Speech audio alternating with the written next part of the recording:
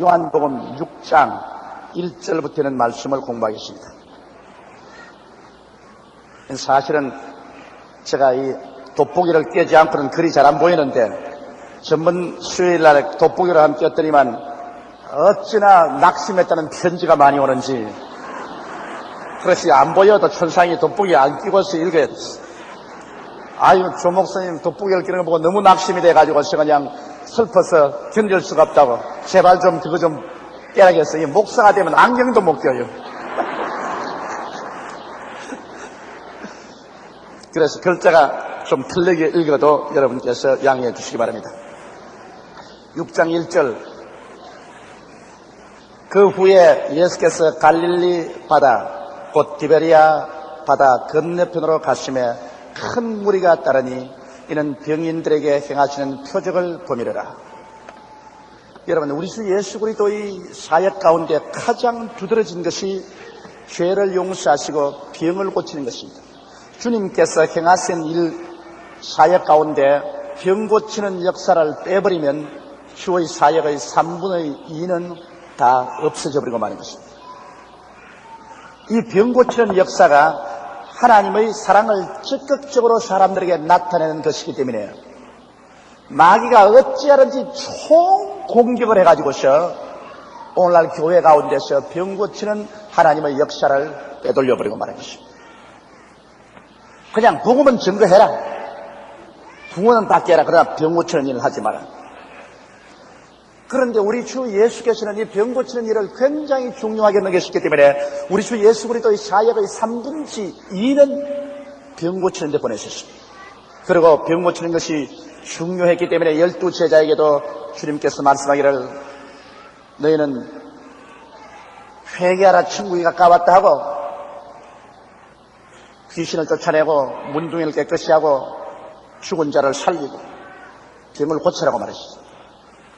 70명의 제자들을 보낼 때도 두 사람 보내면서 회개하라, 천국이 가까웠다고, 너희 어느 집에 들어간지 그 가운데는 병든 자를 고치라고 말씀하셨습니다.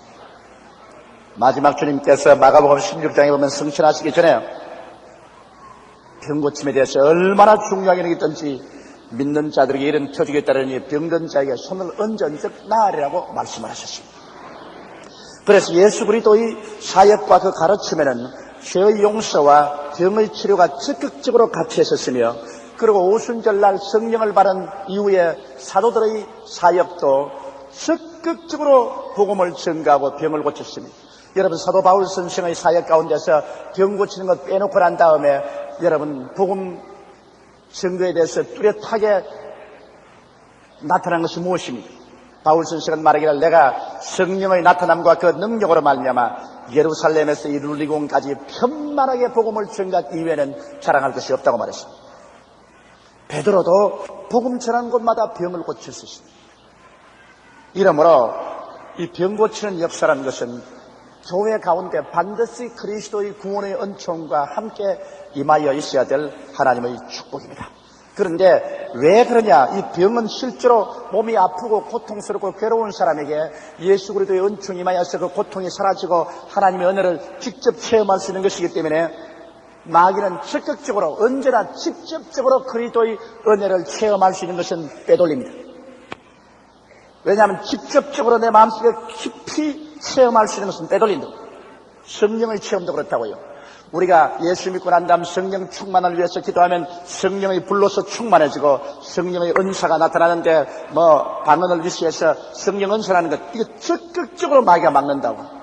그냥 예수 믿지 성령의 충만이 뭐냐, 성령 세례가 뭐냐, 그거는 이단이다, 그것은 광신이다, 그것은 사탄이다, 온갖 말을 대해서 적극적으로 신앙의 체험으로 뜨거워지는 것은 마귀가 산산조각으로 다 빼앗으려고 합니다. 그리고 또 더구나 예수 믿고 난 다음에 우리 생활이 저주에서 해방이 되고 축복을 받으면 고함을 쳐 말합니다. 그것은 샤머니즘이다, 기복신앙이다, 그런 것이 있을 수가 없다. 여러분 가만히 보세요. 무엇이든지 적극적으로 신앙을 우리가 체험해서 우리의 생활 가운데 심각한 변화를 일으킬 수 있는 그러한 것은 모조리 다 마귀가 와서 산상조각을 내고 박살을 냅니다. 그렇지만 오늘 세계적으로 복음을 전가한 위대한 주의 종들은 이러한 설레이는 뜨거운 체험을 하지 않고 복음 전가가 안 되었습니다. 요한 웨슬레 같은 사람은 성령을 체험하기 전에는 저 미국으로 선교사로 갔다가 사기죄에 걸려가지고서 미국에서 도망을 쳐서 배를 타고 영국으로 피신해 왔었습니다. 그 사람이 런던에서 하루 저녁에 저 런던 뒷골목의 알드스테이트에 갔다가 거기에 사람들이 모여서 마르틴 루테르의 그 저서인 로마서 저서를 읽는데 집회에 참석했다가 성령의 불을 받았습니다. 그가 하는 말이 그 가슴 속에 설레이는 불길이 있었습니다. 그 다음 그 한평생을 그는 늘 말 타고 여행하면서 복음 전가하면서 살았습니다. 수없이 핍박을 받아 교회당에서는 복음을 못 전하고 쫓겨나가서 혹은 묘지에서 시장터에서 길거리에서 그런 복음을 전개해서 감리교와 선결교의 창설자가 되었지만은 그러나 그가 늘 하는 말이 한평생 동안 그런 가슴 속에 설레이는 불길이 있어서 그 불길에 잡혔었대요. 그런 체험이 있었기 때문에 그런 위대한 부흥가가 되어 영국과 세계를 뒤흔들어 놓았고 또 D.L. 무디 목사님 같은 사람은 그런 길 가다가 성령을 받았어요. 길 가다가 그냥 길 가다가 성령이 임하심으로 말미암아 빨리 친구네 집에 뛰어들어가서 기도하는데 막 성령께서 얼마나 강하게 임하시는지 나중에 하나님의 손을 떼주시옵소서 너무 계속하면 내가 죽겠나이다 그랬습니다. 그럴 정도의 성령을 받고 난 다음에 미국과 영국을 뒤에 흔들어 놓았다. 신이 같은 사람은 법률 변호사입니다. 변호사 사무실에서 기도하다가 성령의 세례를 받아가지고 예수님이 나타나셔서 그에게 성령을 부으셔서 그가 그냥 완전히 성령으로 말미암아 불똥 안에 들어가 나왔다. 그래서 미국 동부 일대를 뒤어 흔들어 놓은 부흥사가 됐습니다. 그 누구를 불구하고 하나님께서 사용한 위대한 일꾼치고 살아계신 하나님을 적극적으로 만나고 체험하지 않은 사람은 없는 것입니다. 막연하게 주여 주여 하고서 일생을 내어 던져서 목숨을 바치 일하지는 않았었습니다.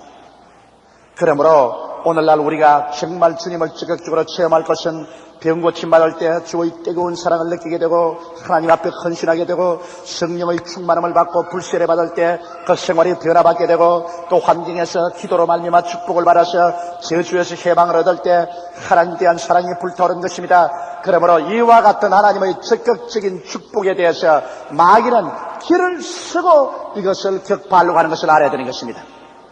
이렇기 때문에 우리 교회에서도 우리는 이 삼박자 축복으로 영혼이 잘됨같이 범사에 잘되며 강건하기를 간구하느라 이 삼박자 축복을 전가하다가 얼마나 늘씬하게 얻어맞았는지 2단이 되었다가 3단도 되고 4단도 되고 5단도 되고 이것은 사람이 우리를 치는 것이 아니라 마귀가 우리를 치는 겁니다.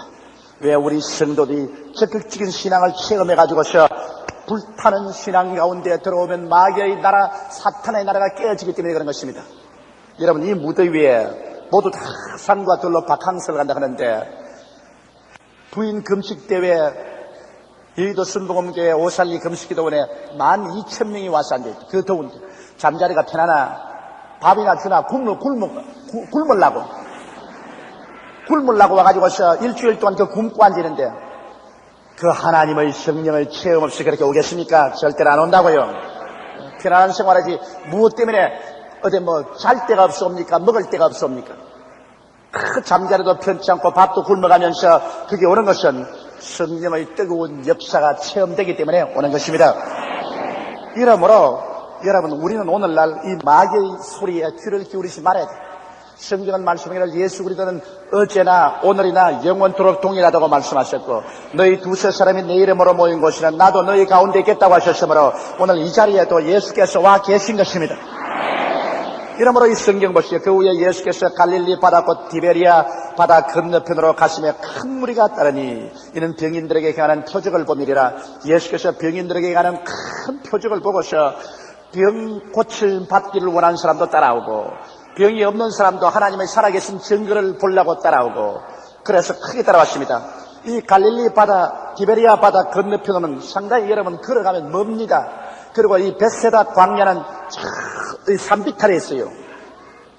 저도 이번에 가서 우리 배를 타고 건너갔는데 디베리아에서 배를 타고 요사이 티관성을 타고 저기 벳세다 있는 그 강기스까지 가는데 배로서 아마 한 40분 동안 타야 됩니다. 회석증을 가지고서. 그런데 그 그 해안을 걸어서 가려면은 상당한 거리입니다. 근데 완전히 광야입니다. 그냥 거기에는 인적이 없는 그냥 완전히 산비탈입니다. 거기에 성경에 말하기를 큰 무리가 따릅니다. 한두 사람 따라온 건 아닙니다. 예수님이 광야에 가는데 큰 무리가 따랐다. 여러분, 하나님이 아무리 기사와 이적도 없는데 예수님이 가는데 큰 무리가 따라올 때 있어요. 이 서양 사람들은 오면, 교회에만 오면 큰 게 무슨 소리냐고 그러는데, 우리 한국말에 크다는 것은 크다 그럽니다. 이거 영어나 이 서양 사람들 바라면 이런 말이 없어요.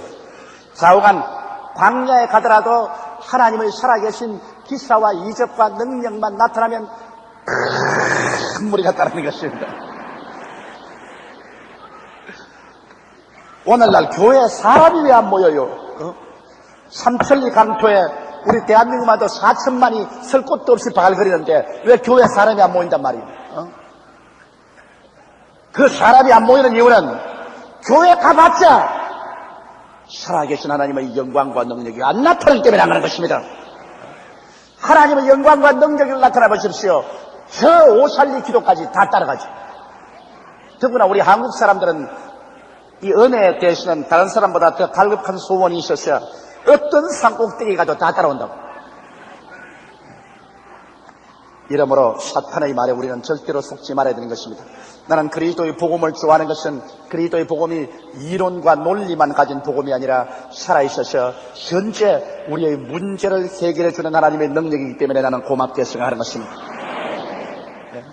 우리의 죄를 용서받고 성령 충만을 체험하고 병고침을 바르며 저주에서 해방을 얻고 부활하여 성천하는 이건 실제적이고 적극적인 실천적인 프라그마티칼한 이러한 종교입니다.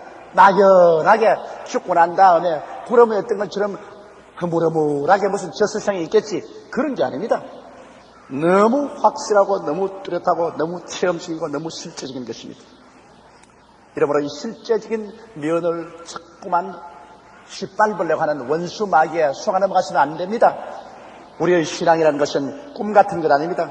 현재 실제적으로 하나님께서 그리스도를 통하여 구원을 베풀어 주시는 것입니다. 우리는 오중복음과 삼박자 축복을 반드시 굳세게 믿고 나가야 될 것입니다. 3절에 예수께서 산에 오르사 제자들과 함께 거기 앉으시니 마침 유대인의 명절인 유월절이 가까운지라.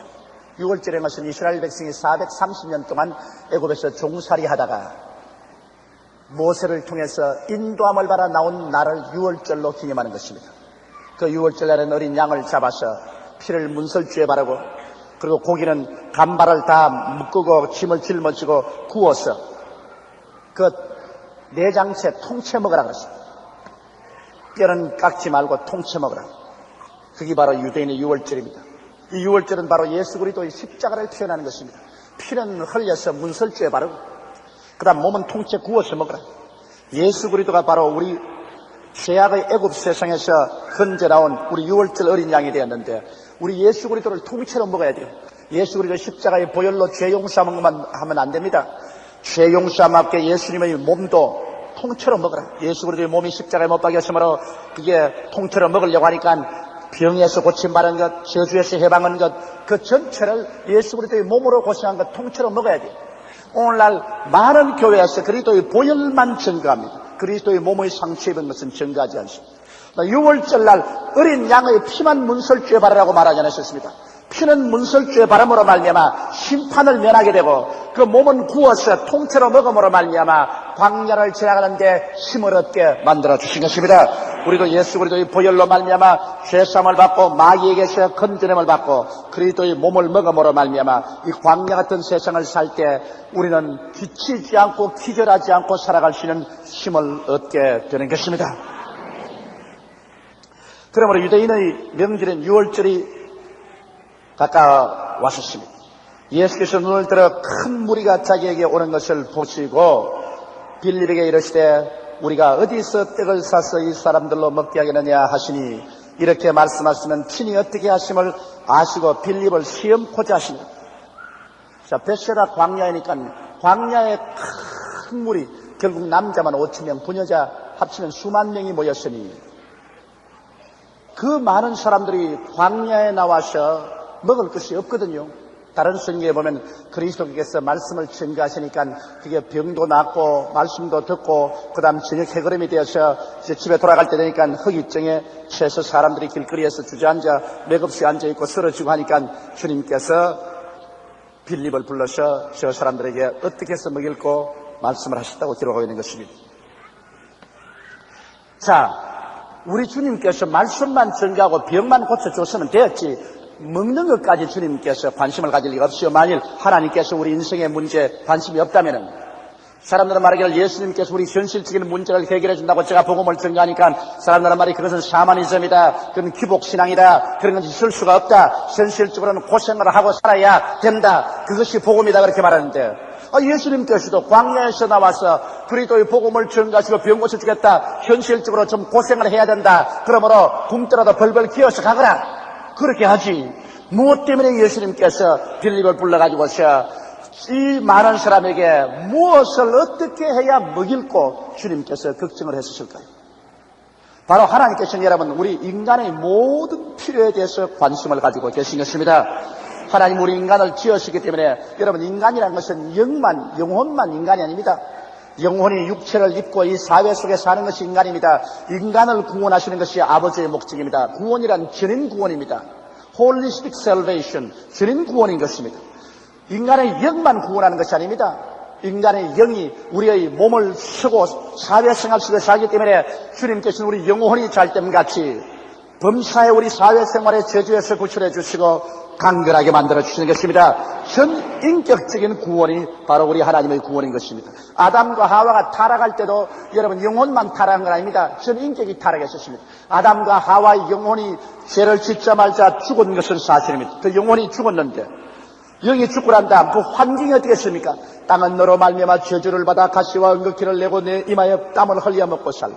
물론 에덴 동산의 환경에서 쫓겨났을 뿐 아니라 땅은 가시와 은극기를 냈습니다. 그 영의 타락인데 주위 환경까지 저주가 임했고 그 다음 너는 흙이니 흙으로 돌아가라. 육체의 사망까지 선고된 것입니다. 이러므로 아담의 타락은 전인적인 타락입니다. 그 영혼만 타락한 것이 아니라 그 환경도 타락했고 그 육체도 타락의 결과로 병이 들어 죽게 된 것입니다. 그러므로 마지막 아담은 예수 그리스도의 구원도 전인적인 구원이 되어야만 되는 것입니다. 우리의 영혼만 죄에서 구원한 것이 아니라 우리 환경도 가시와 은극기에서 구출하고 그 다음 우리 육신도 질병에서 구출했다가 나중에 완전한 구원이 올 때는 우리 몸이 부활하게 되는 것입니다. 부활하기 전에는 우리 병에서 고침받는 것은 마땅히 복음 속에 들어있는 하나님의恩초인 것입니다. 이것을 우리가 완전히 알아서 전인 구원에 대한 깊은 신앙을 갖지 않으면 안 되는 것입니다. 우린 구원은 우리 영혼의 한 부분만 구원받는 것이 우리 구원이 아닌 것을 우리는 깊이 깨달아 알아야만 할 것인 것입니다. 이러므로 우리 주님께서 그 큰 무리가 오는 것을 보시고 그들에게 영적인 구원의 복음 말씀을 전가하시고 그들에게 있는 병을 다 고쳐주시고 난 다음에 그 다음에는 저들에게 무엇을 가지고 먹게 할고 삼박자 축복 아닙니까? 영혼이 잘됨같이 범사에 잘되고 강건해지는 그리스도의 복음은 언제나 삼박자 축복의 복음인 것입니다. 우리 주님께서는 이미 어떻게 해서 그들을 먹일지 알고 있었다고 말하셨습니다. 그러나 빌립을 시험해보고자 하십니다. 왜냐하면 그 자리가 광야고 시간이 세 걸음이니까 빌립이 과연 믿음으로서 인생을 살아가느냐 인간을 계산으로 살아가느냐 빌립을 시험해 보신 것입니다. 오늘날 예수님께서는 여러분과 나에게 우리가 진짜로 믿음으로 사느냐 그렇지만 수학적인 계산으로 사느냐 이것 언제나 시험해 보십니다. 우리가 사는 이 세상이 광야와 같은 세상 아닙니까? 광야 같은 세상에서 우리가 진실로 주님을 믿었으면 믿음으로 말미암아 살아야 되는 것입니다. 나의 의인은 믿음으로 말미암아 살리라고 말씀하신 것입니다. 그런데 오늘 대다수의 사람들은 이 광야를 살면서 계산으로 삽니다. 계산으로 사는 것은 합리적이고 이성적이고 체험적이고 이 세상에서 타당한 삶인 것입니다. 전자복사기 가지고서 전자계산기 가지고서 따가따가따가 컴퓨터 눌러가면서 사는 것 이게 정상적인 삶인 것입니다. 그러나 여러분, 우리 주님께서 우리가 기대하는 것은 나의 의인은 믿음으로 말미암아 살리라. 사람이 떡으로만 살 것이 아니요 하나님의 입으로 나오는 모든 말씀으로 살 것이라고 말씀하는 것입니다. 말씀으로 살고 믿음으로 살 것을 주님께서는 기대하기 때문에 빌립에게 주님께서 물으신 것입니다. 물론 말할 필요 없이 빌립에게 물으면 빌립이 믿음의 사람이 아니고 합리적인 사람이 같으면 합리적인 대답을 합니다. 합리적인 대답은 무엇일까요? 주여, 광야로 쏘이다. 여기에 떡 살 곳도 없고 또 이 많은 사람에게 떡을 먹이려면 적어도 200데나리온에 되는 그 금을 가지고 있어야 될 것이니 그 돈도 없습니다. 그리고 또 시간도 지금 해가 뉘엿뉘엿 정하니 곧 어두워지는데 어디에서 떡을 사 먹겠습니까? 주님이시여. 그러므로 빨리 저들을 흩어서 각자 동료로 나에 가서 자기 먹을 것을 자기들이 사게 하는 것이 좋겠나이다. 이것은 합리적인 사고인 것입니다. 이건 정상적인 사고예요. 그렇게 말하는 것 조금도 나쁘지 않습니다. 그건 보통 사람들이 하는 것이요. 그러나 그것은 믿음의 사람의 하는 말은 아닌 것입니다. 그렇기 때문에 믿음의 사람은 여기에서 언제나 긴장 상태에 있는 것입니다. 믿음의 사람은 언제나 합리적이고 정상적이며 보통적이고 평범한 사람으로서 생각할 것이냐. 그렇지 않으면 그리스도의 말씀에 귀를 기울이고 기도해서 성령의 음성을 듣고 난 다음에 합리적이 아니고 보편적이 아니며 체험에서 어긋나지만은 하나님의 기적이 일어날 것을 믿고서 기적으로 행할 것이냐. 중대한 그러한 결단의 자리에 언제나 서게 되는 것입니다. 제가 우리 교회를 확장할 때도 지금부터 한 5년 전부터 우리 선교센터를 짓고 교회를 확장할 때 굉장한 이 긴장 가운데 있었습니다. 제가 이 선교센터 짓고 교회를 확장한다고 해서 반대해서 우리 교회 장로님 한 두서너 분이 나를 반대하고 나갔습니다. 그때 이 선교센터를 짓고 교회를 확장했다고 말하니까 억세게 그 몇몇 장로님들이 반대하고 내가 없는 다른 공중 집회에 모여가지고선 내가 끝까지 조목사 대결하겠다. 그런 선언까지 했습니다. 그때 굉장한 긴장했습니다. 그들은 한 말이 뭐냐면 이 조목사 망한다. 이 교회 망한다. 지금 현실적인 이 입장에서 이 인플레가 심하고 경제 상태가 어렵고 그리고 교회도 아직까지 빚을 짊어지고 있는 이 상황에서 선교센터를 짓고 교회를 확장하면 반드시 이 교회가 거꾸로지고 망한다. 그러므로 조 목사는 이 교인들 다 데리고 망할 길을 출발했다. 이러므로 끝까지 대결하겠다. 그럼 공개적으로 선언했었습니다. 그리고 내가 그 장로님 좀 달래려고 내가 개인적으로 만나니까 내가 만난 자리에서 나하고 같이 식사를 하면서 나보고 나는 조 목사님을 끝까지 대결하겠다 그래요. 그래서 좋습니다. 나를 대결하는 것은 좋지만은 내가 하는 일이 하나님의 성령이 하시는 일이면 그럼 조 목사를 대결하는 것이 아니라 성령을 대결하는 것이 되는 것입니다. 내가 지금 교회를 확장하는 것, 선교센터를 짓고 교회를 확장하는 것 지금은 어리석게 보이지만은 우리 교인이 앞으로 50만이 됩니다. 그때만 해도 교인 한 20만밖에 안 됐었습니다. 50만이 됩니다. 먼저 앞을 바라보고 꿈과 환상을 가지고 준비 안 하면은 그때 가서 늦습니다. 나는 내가 기도할 때 주님께서 이 많은 사람에게 무엇을 어떻게 먹일 것이냐 내게 질문하셨습니다. 그래서 나는 선교센터를 짓고 교회를 확장하였습니다. 눈에 나무 전가 안 보이고 귀에는 나무 소리 안 들리고 소리 잡히는 것 없어도 나는 믿음으로 행하겠습니다. 그러므로 출발합니다. 나는 그렇게 하나님과 약속했으니까 만일 이것이 조용기의 생각에서 나온 것이면 조용기는 망할 것입니다. 그러나 만일 이 계획과 이 생각이 하나님의 성령의 뜻에서 나온 것 같으면 장로님은 성령님을 대결하는 것이 되고 마는 것입니다. 그러면 결코 장로님은 망하고 맙니다. 그건 내가 장로님께 말씀을 해드립니다. 왜? 성령을 회방하고 난 다음에는 금세와 넷세 용서를 받지 못하니까 그렇게 하십시오. 나는 기도해드리겠습니다. 그래서 결국 저를 이 교회 프로젝트 때문에 반대하고 장로님 한 서너 명이 나가셨습니다. 그런데 제가 망했나요? 5년 동안에 안 망했습니다. 만일 선교센터 안 지었었으면 지금 예배를 어떻게 볼 것이며 지금 만일 이거 확정 안 했으면 몇 년쯤 되면 우리는 예배 못 봅니다. 설 자리도 없어가지고 망한 것이 아니고 그동안에 하나님이 하늘문을 열고 축복을 해주시고 부어주셔서 빚은 졌지만은 그러나 파산은 당하지 않고 낭패도 당하지 않고 그대로 운전이 잘 돼가고 있습니다.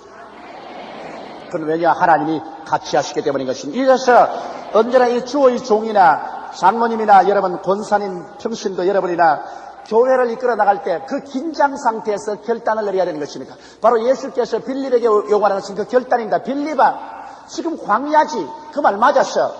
지금 떡 살 곳 없지. 맞았어. 지금 저녁 때가 늦었지. 맞았어. 그러나 나는 먹여야 되겠어. 나는 이 군중을 먹여야 되겠어. 그러면 어디에서 이 떡을 구해서 먹이겠노? 빌립아, 결정 내려라. 주님은 이미 하실 일을 다 알고 계시는데 빌립의 결정을 내리기로 합니다. 왜냐하면 우리 주님께서는 사람의 결정을 통해서 역사하기 때문인 것입니다. 우리 하나님은 사람이 결정을 내려야 사람을 통해서 주님 역사합니다. 주님은 사람을 제껴놓고는 역사하지 아니하시는 것입니다. 여기에서 긴장 상태가 이루어지는 것입니다. 빌립은 낙제했습니다. 빌립은 그때 예수께서 말하기를 예수님께 주님이시여 이 많은 사람에게 조금씩 먹이려고 할지라도 200데나리온이나 되는 돈이 필요하기 때문에 그 돈도 없고 떡 살 것도 없으니까 못 먹입니다.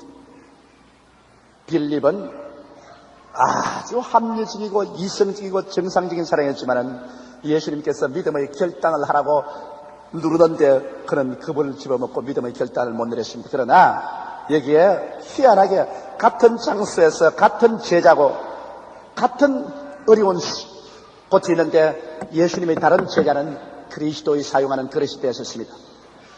8절에 보면 제자 중 하나 곧 시몬 베드로의 형제 안드레가 예수께 여짜오되 여기 한 아이가 있어 보리떡 5개와 물고기 2마리를 가졌나이다. 그러나 그것이 이 많은 사람에게 얼마나 되겠습나이까. 비록 안드레도 벌벌 떨고 이 많은 사람에게 보리떡 5개와 물고기 2마리가 무엇이 되겠습니까? 겸손한 말을 했지만은, 그러나 안드레가 믿었기 때문에 보리떡 5개와 물고기 2마리 찾아왔다고. 아예 안 믿었으면 무엇 때문에 나가가지고서 보리떡 5개와 물고기 2마리 가진 어린아이를 구해가지고서 그 변두밥 얻어가지고서 예수께 왔겠습니까? 그러나 하도 인간으로 생각하기는 기가 막혀서 이 많은 사람에게 보리떡 5개와 물고기 2마리 가지고 나오니까 모두 다 미쳤다 걸쳤다 하니까 할 수 없어서 체면 세운다고 이것이 무엇이 되겠습니까? 그러나 나는 주님께서 이 사람들에게 먹을 것을 주라고 하셨으며 인간으로서 먹일 수 있는 방도는 취해보겠습니다. 빌립하고 벌써 계산이 다릅니다. 빌립은 아예 합리적으로 생각하고 포기해버렸습니다. 안 된다, 못한다, 할 수 없다. 하나님께서는 안 된다, 못한다, 할 수 없다는 사람은 같이 일하지 않습니다. 그런 사람하고 주님이 일을 못합니다. 그러나 벌벌 떨면서도 보리떡 5개와 2마리 가져서 이거 안 되면 절단 나지만 그러나 믿음으로 가져왔습니다. 주여. 안 뜨는 사람 누가 있어요? 여러분 인간 치고서 육신을 가지고 있는 사람, 오감각을 가지고 있는 사람 치고 믿음으로 나가서 전혀 떨지도 안 하고 의심 조금도 안 하고 믿습니다 전체로 나오는 사람은 그것은 사람이 아니라 그것은 천사입니다. 사람은 떨어요. 아마 이 가운데 제일 많이 뜨는 사람이 조용길 겁니다. 나는 하나님께 결단하고 난 다음에 막 3발 4발 떨어요. 그래서 이 안드레처럼 해서 주님이 있어요. 이거 어떻게 합니까? 나는 믿음으로 하기는 하지만 겁이 나서 못 견디겠습니다. 주여. 그러나 안 믿는 것보다는 믿겠사오니 주여 어떻게 좀 해주소.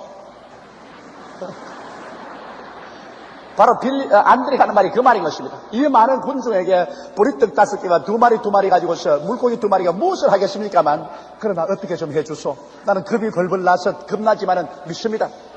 그러니 다른 제자들이 보고 얼마나 우습겠습니까? 안드레, 아이고 돌아도 보통 돌았지 않았어. 빌립이 그 정상적인 사람이다. 빌립 저 사람은 합리적인 사람이고 교육받은 사람이고 정상적인 사람이고 정신이 똑바로 선 사람인데 안드레 저 IQ가 모자라가지고서 언제나 희미하더니만 세상 여기 와서 또 희미한 소리 하고 있단 말이지. 이 많은 사람이 어쩌자고 보리떡 5개와 물고기 2마리 가지고 나오노. 그러나 여기에서 안드레는 주님을 믿어보기로 결단을 내린 사람인 것입니다. 인간의 육신과 감각을 의지할 것이냐, 주님의 기적을 믿어볼 것이냐, 그 경계선에서 빌립은 낙제를 했고 안드레는 믿어보기로 결단을 내린 믿음의 사람인 것입니다. 이것이 여러분 다릅니다. 믿음의 사람과 불신앙 사람이 크게 차이나는 거 아닙니다. 종이 한 장 차이예요. 안 믿는 사람은 계산해보고 못 믿겠다 하는데 믿는 사람은 종이 한 장 차이로 벌벌 떨고 안 믿으면서도 믿음이 좀 더 강해가지고서 믿습니다 그런 사람이 그 사람이 믿음의 사람인 것입니다. 이 힘이 안 생길 도리가 있나요? 생깁니다. 나는 여태까지 세계 최대의 교회를 목회한다고 사람들은 말하지만은 이런 교회를 세우면서 내가 전진할 때마다 밤새도록 고민을 하고 몸부림치고 주님께 부르짖어 기도하고 한 것은 의심이 생기기 때문에 얼마나 의심이 생기고 얼마나 불안하고 마음이 초조한지. 왜냐하면 수많은 사람이 반대하니까 너 안 된다, 너 망한다 이러면 이제 절단난다 원수들이 많으니까 얼마나 불안해서 기도하는 가운데 하나님 성령께서 말씀하신 음성을 듣고 내가 이 성령의 음성을 따라 행할 것이냐, 합리적인 생각을 따라 행할 것이냐, 또 혹시 내가 들은 이것이 진짜 성령의 음성이냐, 내가 그렇게 생각하는 것이냐, 고통이 말로 다 할 수 없습니다. 그래서 그냥 하나님께 부르짖어 기도하고 밤에도 부르짖고 낮에도 부르짖고 몸부림을 치다가 나중에는 마음의 결단을 내려야 됩니다. 믿을 것이냐 안 믿을 것이냐. 언제나 믿을 때는 저는 이 말하고 믿습니다. 주여, 흥하든지 망하든지 성하든지 쇠하든지 죽든지 살든지 나는 내가 던졌습니다. 이 믿음의 한 발짝을 내디려놓고 난 다음 망하면 망하리다. 에스더가 하는 말처럼 에스더가 그 임금에게 나아갈 때 내가 나가서 죽으면 죽으리다. 믿음의 결단이란 언제나 그게 있어야 됩니다. 망하면 망하리다. 이렇게 해서 나갈 때 주님께서 그 믿음의 결단을 내린 사람하고 같이 합니다. 여기 보시면 빌립하고 주님이 이랬던 말을 했습니다. 주님께서는 이 안드레의 떡을 받았습니다. 예수께서 가라사대 이 사람들로 앉게 하라신데 그곳에 잔디가 많은지라 사람들이 안전히 수요가 5,000쯤 되더라. 남자만 5,000인 것입니다. 부녀자 합쳐서 한 수만 명이 됩니다. 예수께서 떡을 가지사 축사하신 후에 많은 자들에게 나누어 주시고 고기도 그렇게 저에게 원대로 주시다. 보십시오. 보리떡 5개와 물고기 2마리지만 주님께서 축복을 하시니까 이게 자꾸 늘어나요. 이게 갈라주니 또 생기고 갈라주니 또 생기고 기가 막힌 일입니다. 꼭 망해야 되는데 안 망하니까 속이 상하지. 꼭 망해야 되는데 안 망하니까 망하기를 원하는 사람이 얼마나 속이 상하겠어. 조용기도 바싹 망했으면 손바닥 치고 할 사람이 참 많은데 이 순복음교회가 안 망하니까 얼마나 괴롭소. 그러나 왜 안 망하느냐?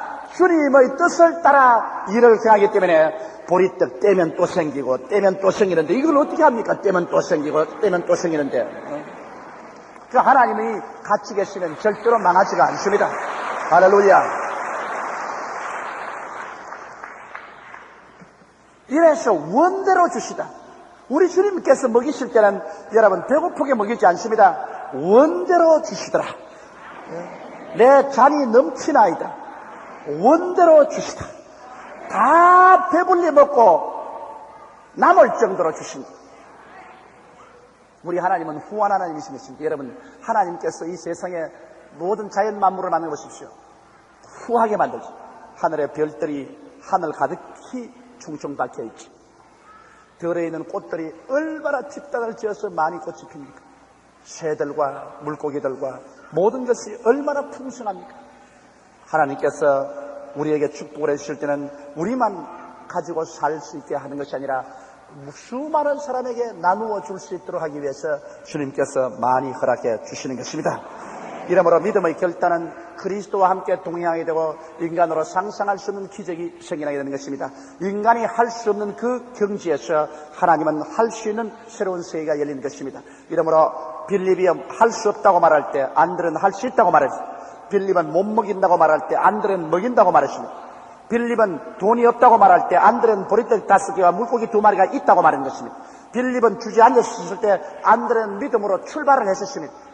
그러므로 똑같은 광야에서 똑같은 어려운 환경에 처했으면서도 그 사람의 마음속의 믿음의 자세가 자기 운명뿐 아니라 그 전체 군중들의 운명을 좌우해버리고 말한 것입니다. 아마 빌립식으로 했더라면 모두 다 그 자리에서 굶고 아마 가다가 굶어서 쓰러진 사람도 많이 있었을 것입니다. 그러나 안드레는 그 믿음의 자세 때문에 자기도 배불리 먹고 수많은 사람에게 배불리 먹이고 하나님의 살아계신 증거를 온 천하에 드러내고 2000년이 지난 오늘날까지라도 성경을 통해서 안드레가 믿은 그 믿음의 역사는 천지를 진동하고 있으며 온 세계 영원한 천국에도 안드레의 행적은 내내 기록되어 있을 것입니다. 이러므로 사랑하는 성도들 여러분, 이것이냐 저것이냐의 결단의 지경에 이르렀을 때는 여러분이 기도하시고 난 다음 성령의 인도하심이 있으면 믿음의 편에 서게 되시기를 주 이름으로 축원합니다. 인간의 이성의 편보다는 믿음의 편에 서는 것이 좋습니다. 믿음의 편에 서면 어떤 인간적인 계산으로 안 될 것이 된다고요. 아무리 계산해봐도 절대로 안 될 것이 된다고. 지금 우리 대한민국에는 좋든 하찮든 국민의 25%, 약 1천만의 성도가 있습니다. 1천만의 성도가 밤이나 낮이나 부르짖어 기도합니다. 요사이 불신자들이 신문이나 매스컴을 통해서 내리 우리를 두들겨 때리지만은, 그러나 두들겨 맞을 수 있는 사람은 그 중에 일부분입니다. 우리 한국 기독교 전체가 썩고 부패한 건 아닙니다, 여러분. 1천만이나 되는 사람 중에서 한두 사람 나쁘다고 온 기독교회를 다 그냥 들고 그냥 한 뭉치로 만들어서 내리 때리는 그것은 마귀가 하는 일입니다. 우리 한국 기독교회가 다 썩었나요? 안 썩었습니다. 그 중에 사람이 많다니까 일부분이 그런 사람도 있지. 어떻게 교회가 다 썩었어요? 그렇진 않습니다. 한국의 1천만 성도가 새벽 기도를 하고 금식 기도를 하고 철야를 하며 주야로 조국과 민족을 위해서 부르짖기 때문에 하나님께서 이 어려운 지경에 한국에 복을 줍니다. 여러분, 한국이 우리 예산의 거의 30%가 군비에 충당하고 있는 이 현실에서 다른 나라로 생각하면 도저히 살아갈 수가 없습니다. 격리상으로.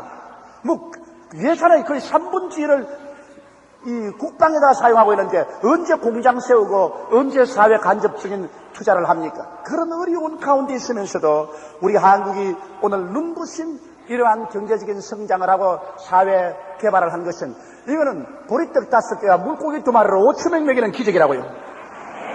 이건 사람의 계산으로는 안 되는 일인데, 이게 되는 것은 우리 한국의 1천만 성도가 부르짖어 기도하기 때문에 되는 것입니다. 보십시오. 또한 저 아프리카나 저 동남아 일대는 한발이 오고 홍수가 지고 절단이 나는데 우리는 해마다 풍년입니다. 금년에도 대풍입니다. 대풍. 이렇게 다운다습한 것은 벼농사에는 왔답니다. 날씨가 이렇게 덥지요, 이렇게 습하지요. 그냥 벼농사가 늘어지게 할 때니 하나님이 하늘에서 10억 달러를 그대로, 수백억 달러를 그대로 벌어주는 것입니다. 이거 다 이곳에서 부러지는 주의 백성들이 있기 때문에 그런 것을 알아야 되는 것입니다. 안 믿는 사람들은 그거 안 믿을지 모르고 또 인정도 안 하겠지만은, 그러나 실제는 하나님께서 우리 조국을 지금 붙들어 주시고 축복해 주는 것은 여기에 주의 백성들이 있어서 부러졌기 때문에, 안드레와 같은 한 사람 때문에 2만여 명의 사람이 배불리 먹은 것처럼 여기 1천만 성도가 있기 때문에 우리 4천만이 배불리 먹고 잘 살게 되어 있는 것입니다. 다른 사람은 인정 안 해도 하나님은 그걸 인정하시는 것입니다. 우리도 그 사실을 알고 있는 것입니다. 나는 하나님이 우리와 같이 계심으로 이대로 한 세대만 지나면 우리 대한민국이 우리 동양에서는 머리가 되고 꼴이 되지 않고 위에 있고 날아가지 않고 남에게 구워줄지라도 꽂지 않고 멸시와 천대받지 않은 자리에 일었을 것을 나는 확실히 믿습니다. 하나님이 같이 계시는데 사람이 우리를 어떻게 하리요? 나는 부정적인 말하는 사람 좋아하지 않습니다. 만나면은 우리 한국에 대해서, 현실과 미래에 대해서 자꾸 부정적인 말하는 사람이 있습니다. 외국의 빚을 400억이나 달러 치고 있고, 현재 불경기고, 그리고 이자에 이자를 가산하고, 이자를 갚기 위해서 외국에 또 차관을 해오고, 이 나라 이제 얼마 있으면 이러다가 망하고, 이런 소리 하는 사람이 있습니다. 나는 그 소리 벌써 20년 전부터 들어와도 아직 안 망했습니다, 우리나라가. 그 소리 하는 사람은 망해가지고서 지금 북망상천에 가 있어요. 망했는데 우리나라는 아직 안 망하고 그대로 살아가고 있는 것입니다. 왜 부정적인 말을 해요? 여러분, 빚 주는 사람 보통 생각하고 빚 주겠어요? 나도 나에게 빚 얻으려고 하는 사람 있으면 그 사람 빚 갚을랑가 갚을랑가 단단히 보고 빚 줘요. 여러분, 국제적으로 400억 달러니 뭐니 빚 얻어 쓰는 것, 그래, 이 어려운 이 악착 같은 세상에서 누가 그래 빚을 하고 쓱쓱 갖다 줄 줄 알아요? 다 계산해보고 저 나라가 다 빚 다 갚을 수 있다고 생각하기 때문에 빚 주지, 안 그러고 빚 주나요? 나는 빚 자꾸 주면 자꾸 받아서 쓰겠어요. 하나님 사업을 위해서. 쓰고 난 다음에 나중에 하나님께서 축복해 주셔서 갚지. 더구나 외국에서 주는 빚은 빚 자꾸 줘놓고 난 다음에 빚 나중에 못 갚으면 그 나라 땅덩어리를 떼갈 수도 없고 공장들을 떼서 짊어지고 갈 수도 없고, 오히려 빚 져줘놓고 죄인이 돼가지고서 빚 갚아주세요. 근데 좀 더 줄 테니까 빚 좀 갚아주세요. 이런. 그리고 도로 말려 들어간다고요. 적은 빚을 진 사람이 큰 소리 못하지, 은행도 큰 빚을 져놓으면 은행이 벌벌 떤다고. 우리 장로님 안 그렇습니까? 우리 장로님 은행 지점장이니까 여기 적은 빚을 지르면 은행에 큰 소리하고 막 갚아야 하지만 큰 빚을 지르면 막 은행장에 와서 막 빈다고 살려달라고. 그러니까 뭐 한 400억 불 줘도 상관없어요. 그걸 가지고서 우리 한국이 공장만 잘 짓고 잘 운영해 나가서 수출 잘하고 또 갚아주면 되는 것이죠. 그렇게 대범하게 생각하고 큰 꿈과 환상을 가지고 믿음을 가지고서 나가야지. 그걸 자꾸 부정적으로 바라보고 와 이거 광야인데 와 이거 사람이 많은데 와 이거 200데나리 오래된 떡이 있어야 되는데 와 이거 절단 났다. 그러면 이 세상에서 아무것도 못해요. 보리떡 5개, 2마리, 물고기 2마리 가지고도 할 수 있다고 나가면 하나님이 도와주시는 것입니다.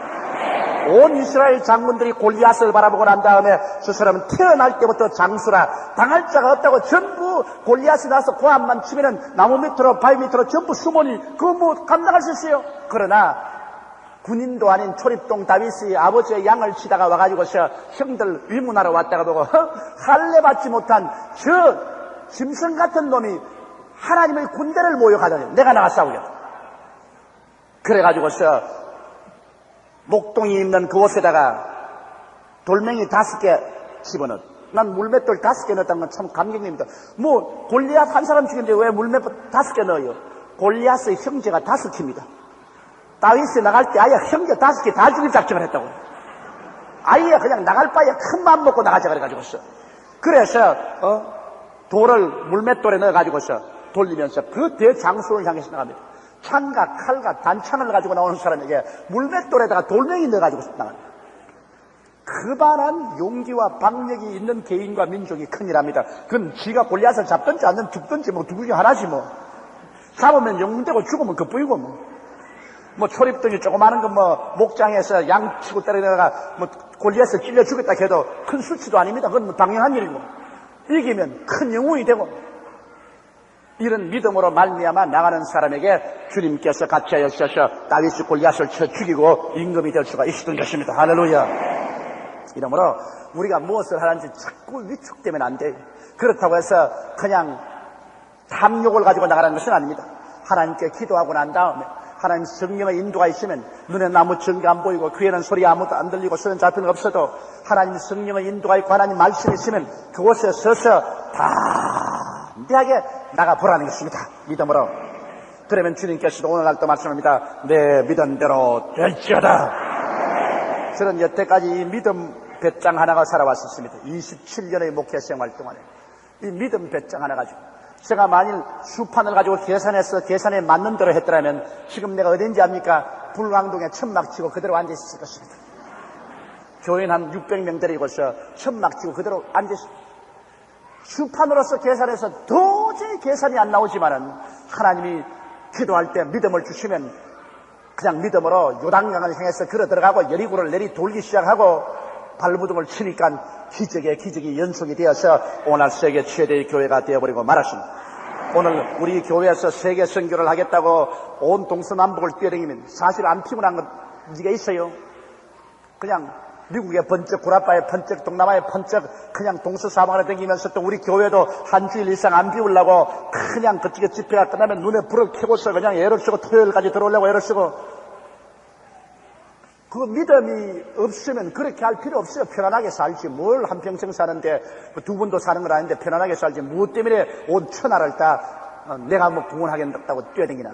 그러나 마음속에 하나님 믿음이 주어지시기 때문에 기왕 살 바에는 세계를 주께로 한번 인도해보고 또 너무나 우리 한국 사람들이 얻어먹기만 했으니까 이제는 온 세계 좀 갈라주가면서 살아보자. 그래서 세계를 믿음으로 뛰어다니는 것이고 그렇기 때문에 주님이 축복을 해주셔서 온 세계 만방이 우리 교회 은혜를 받기 위해서 오고 신앙을 배우기 위해서 오고 교회 성장을 배우기 위해서 오는 것입니다. 믿음의 태도 이것은 중요합니다. 그래서 예수님께서는 이 안드레를 통해서 이분들에게 다 주어서 배불리 먹었습니다. 12절에 보면 저희가 배부른 후입니다. 주님이 배고프게 하지 않습니다. 그 사람들에게 영적으로 배부르고 육신적으로 건강을 얻고 주님 배부르게 해주셨습니다. 사랑하는 자여 내 영혼이 잘됨같이 내가 범사에 잘되며 강건하기를 간구하노라. 이 세상에 그러면 예수 믿는 사람 십자가도 없고 고생도 없다고 막 나는 조용기는 십자가 없는 복음을 전한다 그러는데 그렇지 않습니다. 십자가라는 것은 내가 그리스도를 위해서 고통을 당하는 것이 십자가인 것입니다. 내가 뭐 배가 고파 고통당하는 게 어떻게 십자가요? 병들어서 들어오는 게 어떻게 십자가입니까? 내가 건강한 몸으로 배도 불러야 예수를 위해서 핍박도 당하고 산도 넘고 들도 넘고 고통을 당하면서도 복음을 전가할 수 있지. 배가 고파 길거리에 벌벌벌 길면서 무슨 십자가를 굶었죠? 성경을 왜 그렇게 해석하는지 내가 모르겠어. 영혼이 잘 때야지 영혼이 못 돼가지고서 귀신이 들려서 하고 다니면서 그 무슨 복음을 전도해. 그러고는 복음 전도를 못하는 것입니다. 병이 들어가지고서 밤낮으로 아야 십자가를 걸머지고 가야 갈 건데 십자가 걸머지고 한 발자국이나 가나 죽어버리지. 영양실조가 걸려가지고서 걸어도 올 경우가 비틀비틀 이러한 사람 보고서 온 천하의 등이 만민에게 어떻게 복음을 전해? 어떻게? 사람이 영혼이 잘됨같이 범사에 잘되며 강건해진 사람을 보고서 그 다음에는 핍박도 견뎌내고 고난도 견뎌내고 온 천하에 다니면서 복음도 전가하고 필요하면 목숨이라도 바치고 이렇게 하라고 할 때 그렇게 할 수가 있는 것입니다. 사람들이 이 복음을 볼 때 긍정적으로 생각해야지 부정적으로 생각하면 안 되는 것입니다. 그리고 여기 주님께서 말씀하기를 저희가 배부른 후에 예수께서 제자들에게 이르시되 남은 조각을 거두고 버리는 것이 없게 하라 하시고 이에 거두니 보리떡 5개로 먹고 남은 조각이 12바구니에 찼더라. 우리 하나님께서는 여러분 절대로 낭비를 원하지 않습니다. 이건 하나 철저합니다. 주님께서 다 배불리 먹이셨지만은 낭비만은 절대로 하지 않습니다. 먹고 남은 부스러기를 다 모아라. 오늘 낭비하면 주님께서 축복해 주지 않습니다. 오늘날에 얼마나 우리가 음식 낭비 많이 합니까? 나는 한국의 식단을 반드시 고쳐야 된다고 생각합니다. 나는 이 식사는 이 미국이나 구라파나 일본 사람들이 잘하는 거예요. 지 먹을 만치 먹는 것입니다. 일본에 보면 일본 사람들 우리 같은 동양 사람이지만은 딱 자기 먹을 만큼 주는데 내가 제일 처음 일본 갔을 때는 밥하고 반찬하고 계산해 먹는다고 애를 먹었다고. 하도 반찬을 적게 주기 때문에 한꺼번에 먹었다가는 나중에 몇만 먹어야 돼. 그래서 단내 계산을 해야 돼. 계산을. 요거만치 먹을 땐 저걸 하나씩 먹고 요거만치 먹을 땐 저거만치 먹고. 아예 그냥 밥 먹는데 골치가 아프다고 계산을 해가면서 먹으니 그만큼 반찬을 적게 준다고. 그러나 일본 식단을 보면 먹으면 싹 먹어버려요. 그냥 하도 남잖아요. 예외를 없이 싹 먹어버립니다. 그러나 우리 한국 사람은 먹은 것보다 남은 것이 더 많아. 물론 후한 인심도 좋지만은 그러나 우리 한국은 너무 많이 만들어요. 예수님께서도 마르다야 한두 가지만 하든지 한 가지만 하라고 하십니다. 반찬 한두 가지만 하든지 한 가지. 예수님께서 한두 가지만 하든지 한 가지만 하라고 하는데 우리는 왜 12가지도 더 해요? 마르다가 그냥 반찬 많이 낸다고 또 정신이 없어가 나중에 신경질이 생겨가지고서 그냥 예수님 말씀 정한데 그냥 문을 박차고 들어와서 주여 내 혼자 고생하고 마리아는 주의 말씀만 듣게 하니까 마리아도 보내가지고서 날 좀 도와서 반찬도 많이 만들고 밥 좀 잘하게 하소서 하니까 주님께서 마르다야 네가 많은 일로 번뇌하나 한두 가지만 하든지 한 가지만 하면 좋겠다. 하나님의 아들 예수님께서도 반찬 한 가지만 있으면 된다 그랬는데 우리가 무게 뭐 반찬 12가지나 먹어요. 그러므로 제발 우리 한국에는 주부 여러분 그저 잘 계산해서 맛있는 반찬 하나 내지 2가지만 하라고. 밥. 그러면 부엌의 일도 이 바쁜 세월에 간단하고 설거지하기도 좋고 또 남은 음식 내버릴 필요도 없고. 나는 들으니까 훈련소에서 식당에 일하는 사람들 구하려고 너희들 중에 식당에서 일하는 사람 손들어라. 군대에서 밥 지어야 되는데 한 사람이 손을 들거든요. 그건 너 어디서 일했노? 예, 서울에서 뭐 음식점에서 일했습니다. 나와라. 그 뭘 할 줄 아노? 뭐 했노? 나는 젓가락 가지고 밥을 주워내는 일 했습니다. 밥 먹고 남은 김치나 그렇지만 뭐 반찬에다가 부엌에 나오면 그까 밥을 지어냈습니다. 그것도 식당에서 일했다고 손들고 나오더라. 우리 한국 여러분 음식점에 하도 그 음식을 여러 종류를 내놓기 때문에 그거 내버릴 수도 없고 해서 상치에서 나오면 부엌에서 밥을 주워낸다고. 밥을 주워내고 난 다음에 그것도 적당해서 또 나온다. 또 나와. 아무리 하지 말게 해도. 이래가 안 돼요. 그래서 나도 식당에 가서 밥 먹으면 밥 풀없는 가서 자세히 본다고. 이것도 먹던 건 말이야. 재탕에서 안 나오는가. 이 음식 만드는 사람은 그렇다고 해서 한번 먹었다고 해서 싹 썰어서 내버릴 수도 없고 하니까 그 재탕을 시킨다고. 이러므로 우리 한국 식생활에 있어서 이 식생활 간편화가 절대로 필요합니다. 그건 절대로 필요해요. 이래서 제발 반찬 12가지씩 놓지 말도록. 예수님 식인대로 하십시다. 예수님도 그만하면 좋다. 근데 한 가지만 하는데 두 가지만 하라. 한 가지는 너무 하니까 두 가지만 해요. 두 가지만. 고기를 구웠거들랑 김치 하나만 더 놔요. 그 고기가 없거들랑 김치 하나만 있거들랑 된장 하나만 놔요. 그래 간단히 먹는 습관을 붙여야지.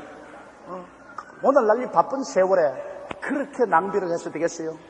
이러므로 이 성경 말씀에 주님께서 안 그러시는데도 불구하고 하나님의 아들 하나님께서 하나도 낭비가 되지 말게 하라. 먹다 남은 것은 전부 다 주워 모아라. 주님이 모으셔서 그런 빵이니까 빵과 고기니까 그것은 얼마나 가난하고 불쌍한 사람에게 나눠줄 수 있습니까? 주님께서 그것 다 가서 헐벗고 굶주린 사람에게 일일이 다 먹여주실 것입니다. 이러므로 우리가 좀 복 좀 받았다고 해서 낭비하고 그렇게 하면 주님이 복을 안 주십니다. 우리가 정말 우리 기도에 축복을 받으려면 여러분 반드시 우리가 기도할 때 남에게 나누어 주면서 기도해야 되는 것입니다. 오늘 또 내가 기도원에서 설교할 때 그 말했는데 나의 기뻐하는 금식은 하나님이 기뻐하는 금식은 금식을 하면 금식을 통해서 흉악의 원수 마귀의 줄도 끊어주고 그 인생의 어려운 멍에도 꺾어주고 그 마귀의 압제에서 놓여주기도 하고 모든 멍에도 꺾어주지만은 그러나 그와 함께 주님 반드시 금식할 때 너희는 배고픈 자에게 먹이고 유리하는 빈민을 집에 드리고 이 헐벗은 자에게 옷을 입이고 자기 가족 설육을 모른 체 하지 말라고 하셨습니다. 반드시 나누어 갖기 운동을 하면서 기도를 해야 효과를 발생하는 것입니다. 나만 먹고 나만 잘 살겠다고 하면 역사하지 않습니다. 믿음은 사랑으로 말미암아 역사하는 믿음입니다. 내가 사랑을 실천하면서 믿어야 믿음이 역사하지. 사랑을 저버리고 난 다음에 나만 살겠다고 아무리 부르시해봤자 응답 안 합니다. 여러분 성경에 하나님이 세상을 이처럼 사랑하사 어떻다고요? 독생자를 주셨으니 사랑과 주는 것은 언제나 연결되어 있습니다. 하나님이 세상을 사랑하사 그 독생자 주었지. 우리도 사랑하면 죽어야 돼요. 믿음은 사랑으로 말미암아 역사하는 것입니다. 그렇기 때문에 우리 교회에서 제가 나누어 갖기 운동을 하자. 그래서 옷도 2벌 있거든 1벌 가져오너라. 신도 2개를 있거든 1개를 가져오너라. 뭐 텔레비도 2대 있거든 1대 가져오너라. 뭐 부엌에 뭐 솥도 2개 있거든 1개 가져오너라. 해서 서로 나누어 가지죠. 적극적으로 나누어 가지죠.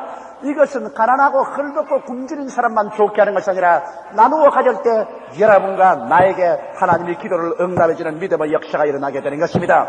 그러므로 조금 우리 입다가 못한 것 나누어 주고 나면은 주님께서 자꾸 새 것 주신다고. 그러므로 오늘 이 자리에 오신 여러분 적극적으로 나누어 갖기 운동에 참여하십시오.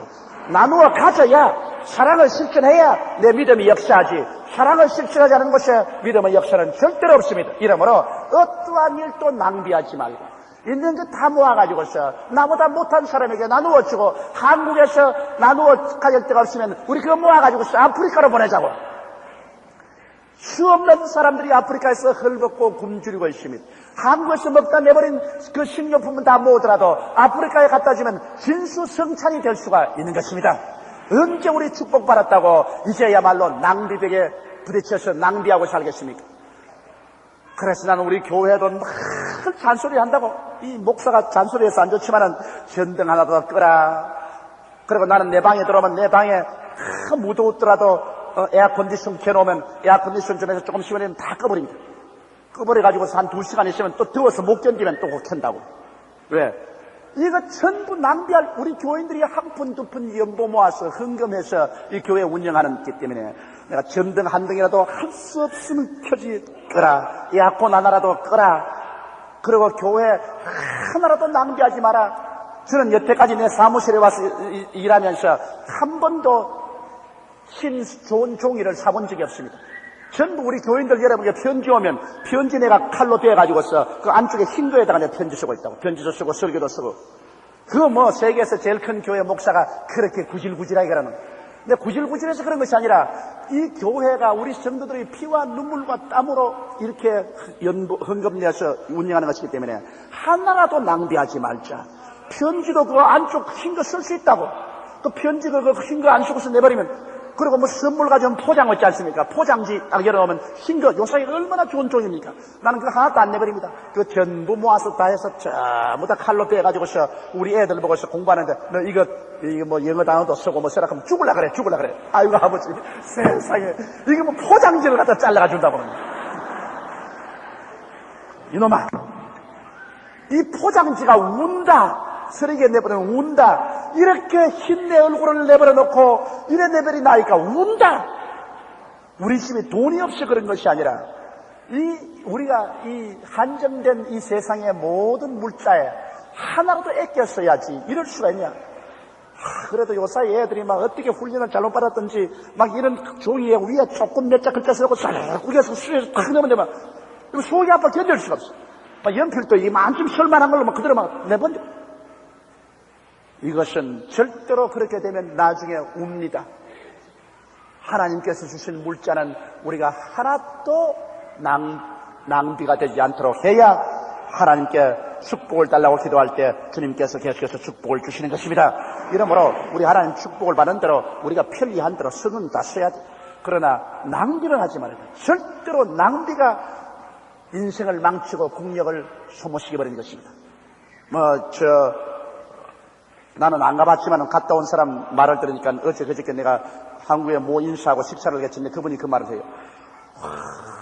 저쪽에 수초동 저 일대 저쪽에 나가니까 그게 이 술집 이런 데 가보니까 호합판이 말이 안 들어. 책상 하나도 이태리 대리석을 이렇게 두꺼운 이태리 대리석을 갖다 가지고 그 술상을 만들었는데 이런 나무를 가지고 술상을 만들면 안 되겠냐고. 자기도 가슴이 아파서 못 견뎌. 자기가 손님을 데리고 갔는데 한 사람 앞에 저녁을 먹고 나니까 한 사람 앞에 15만 원씩 나오는데 그 다음에 팁을 달라 그러는데 2만 원을 주니까 돌아주면서 가서 과자나 사 먹으라 그러더라고요. 과자나 사 먹으라. 이 낭비, 우리가 언제 그렇게 잘 되었다고 이렇게 거대한 낭비를 하느냐는 것입니다. 이 민족이 그 문제에 대해서 우리 땅을 치고 회개해야 돼요.